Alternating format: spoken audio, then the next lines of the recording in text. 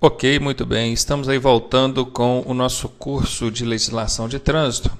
Essa é a nossa aula de número 45, a primeira aula do módulo Normas de Circulação.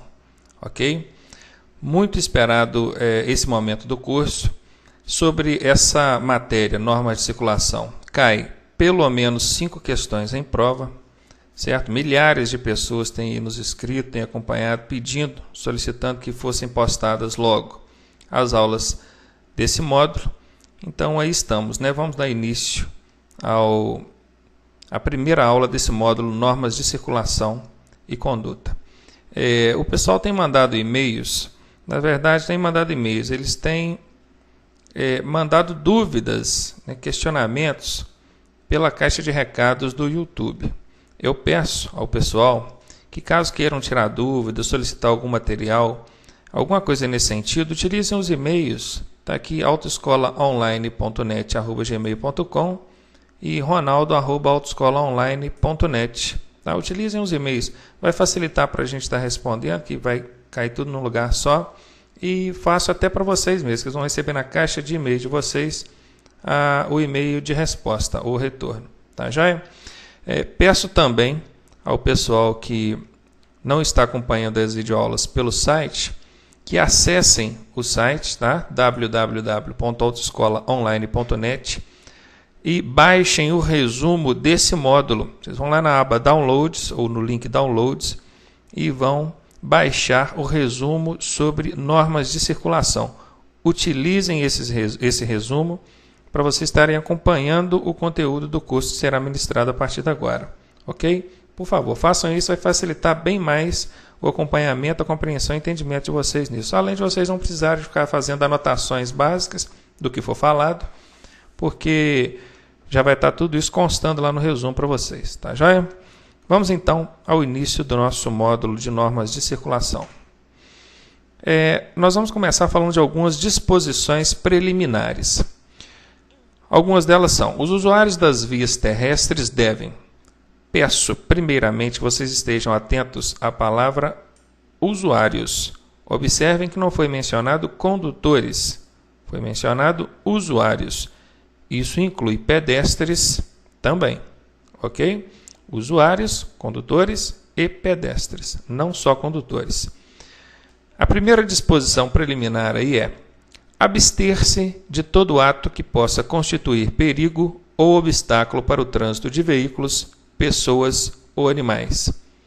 Essa palavra abster-se, até coloquei ela destacada em verde para vocês.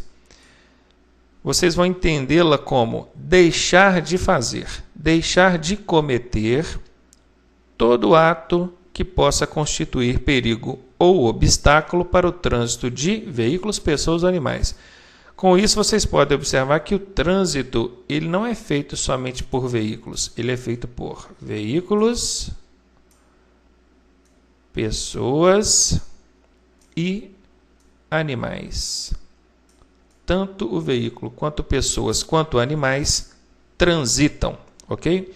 Inclusive, para quem tiver dúvida, nos anexos do Código de Trânsito Brasileiro, vocês vão encontrar aí as definições de vários desses termos. E lá vocês vão encontrar que trânsito é a utilização das vias públicas por veículos, pessoas e animais, isolados ou em grupo, conduzidos ou não, para fins de circulação, estacionamento, parada e operação de carga e descarga de mercadorias. Essa é a definição para trânsito. Tá? Claro que vocês não decoraram. No final aí do manual que o Centro de Formação oferece para vocês, tem aí uma parte de conceitos e definições, vai estar definindo aí trânsito, tá? E quem quiser buscar diretamente na fonte, podem procurar lá no Código de Trânsito Brasileiro, os anexos do Código de Trânsito Brasileiro, tá? A segunda disposição aqui é abster-se de obstruir o trânsito ou torná-lo perigoso, atirando, depositando ou abandonando na via objetos ou substâncias, ou nela criando qualquer outro obstáculo. Repetindo, abster-se de obstruir o trânsito ou torná-lo perigoso, atirando, depositando ou abandonando na via objetos ou substâncias, ou nela criando qualquer outro obstáculo. Aqui no desenho, até eu tentei caracterizar isso para vocês. Observem que tanto o condutor quanto o passageiro estão arremessando, né, objetos, detritos pelas janelas do veículo. Claro que isso é um procedimento inadequado e diz respeito diretamente ao que esse item 2 aqui está dizendo, né? Atirando, depositando ou abandonando na via objetos ou substâncias, ou nela criando qualquer outro obstáculo. Tá joia? Continuando então. Antes de colocar o veículo em circulação na via pública, o condutor deve, primeiro, verificar a existência e o bom ou correto funcionamento dos equipamentos de uso obrigatório, né? Quais são os equipamentos que a gente deve estar verificando no veículo antes de colocá-lo em circulação na via pública? Um dos principais, né, e os mais fáceis, inclusive, de serem verificados e muito comum aí no nosso dia a dia, são os equipamentos de comunicação luminosa. São eles: luz de seta, pisca-alerta, farol alto e baixo que devem estar regulados, luz de freio, luz de ré, lanternas traseiras, faroletes, tá joia? São as luzes do veículo, né? Os equipamentos obrigatórios feitos através de comunicação de luzes. Mas o veículo também tem outros equipamentos que a gente precisa observar: estado de conservação dos pneus, calibragem dos pneus, estado de conservação da roda ou pneu sobressalente, ok? Extintor de incêndio, tá até aqui, né? Macaco, chave de roda, triângulo de segurança, tá? Inclusive no extintor de incêndio, a gente tem pelo menos 3 itens que a gente deve observar: a validade, o lacre, que não deve estar violado, e o manômetro dele, que deve estar na área verde. O manômetro é o marcadorzinho aqui de pressão dele, né? Ele não pode estar na área vermelha, ele tem que estar na área verde para estar considerado válido. Pelo menos 3 itens a gente deve observar em relação a extintores. Então, ótimo, verificou a existência e o bom ou correto funcionamento dos equipamentos de uso obrigatório. Vamos para o item 2. O condutor deve também certificar-se da existência de combustível suficiente para chegar ao local de destino, né? Claro. E aqui do lado nós temos até um indicador aqui do painel que mostra aí o combustível, né, a quantidade de combustível no tanque. Nesse caso aqui, ele está apontando já uma quantidade de combustível na reserva do veículo, certo? Então já está mais do que na hora de abastecer, né? É interessante que vocês estejam atentos aí ao tipo de marcador que é usado aqui, ou o símbolo, né, o desenho, porque isso lá na matéria de mecânica nós vamos ver algumas indicações do painel e essa é uma delas, tá joia? Essa aqui é uma das indicações do painel que a gente vai precisar estar aí observando. Vocês sabiam que o veículo ficar imobilizado na via pública por falta de combustível é infração de trânsito? Pois é infração média, né, e da remoção do veículo, tá? Então, certificar-se da existência de combustível suficiente para chegar ao local de destino. Ótimo. Continuando. Ainda falando, aliás, ainda não, agora já falando das regras de percurso, que é uma das 5 principais regras de circulação que nós vamos falar, nós já vamos abordar o seguinte: o condutor deverá, a todo momento, ter domínio de seu veículo. Claro, o condutor deverá a todo momento ter domínio de seu veículo, podendo detê-lo ou pará-lo a qualquer momento, ok?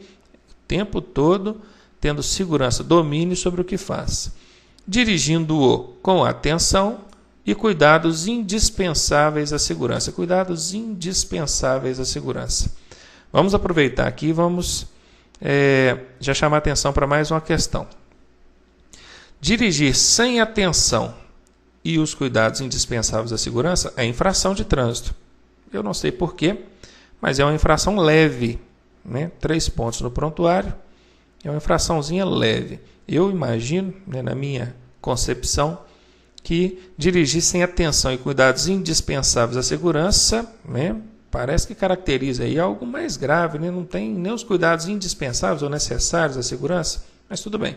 O Código de Trânsito Brasileiro classifica esse tipo de infração como leve, tá? Agora, o que está no desenho aqui ao lado, observem que tem o condutor, ele está falando ao celular enquanto dirige, correto? Aí, além da falta de atenção, inclui um outro elemento que é o falar ao celular enquanto dirige. Esse tipo de situação caracteriza infração média, tá joia? Aí já são 4 pontos no prontuário, tá ok? Dirigir sem atenção e cuidados indispensáveis da segurança, leve, 3 pontos no prontuário.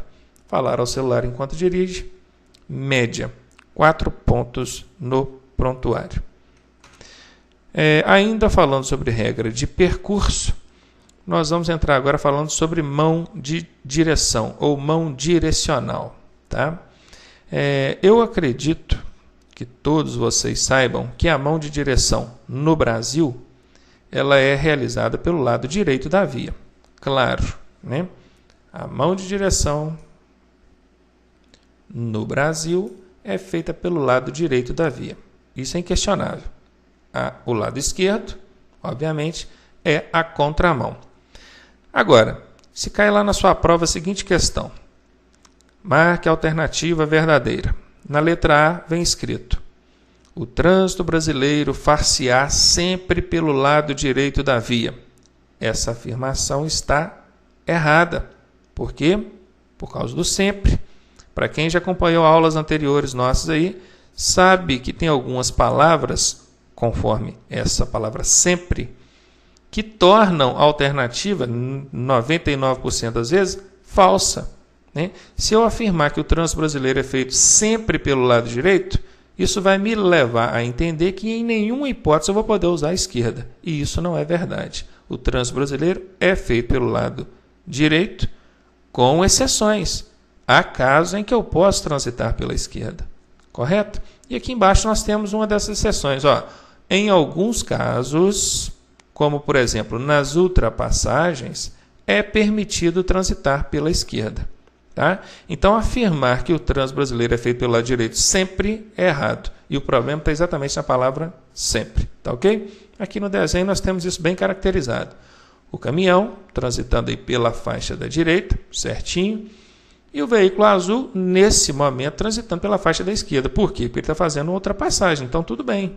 Mas observem que ele já está concluindo a ultrapassagem já com a seta ligada para retornar à faixa da direita. Ou seja, ele não vai permanecer na faixa da esquerda.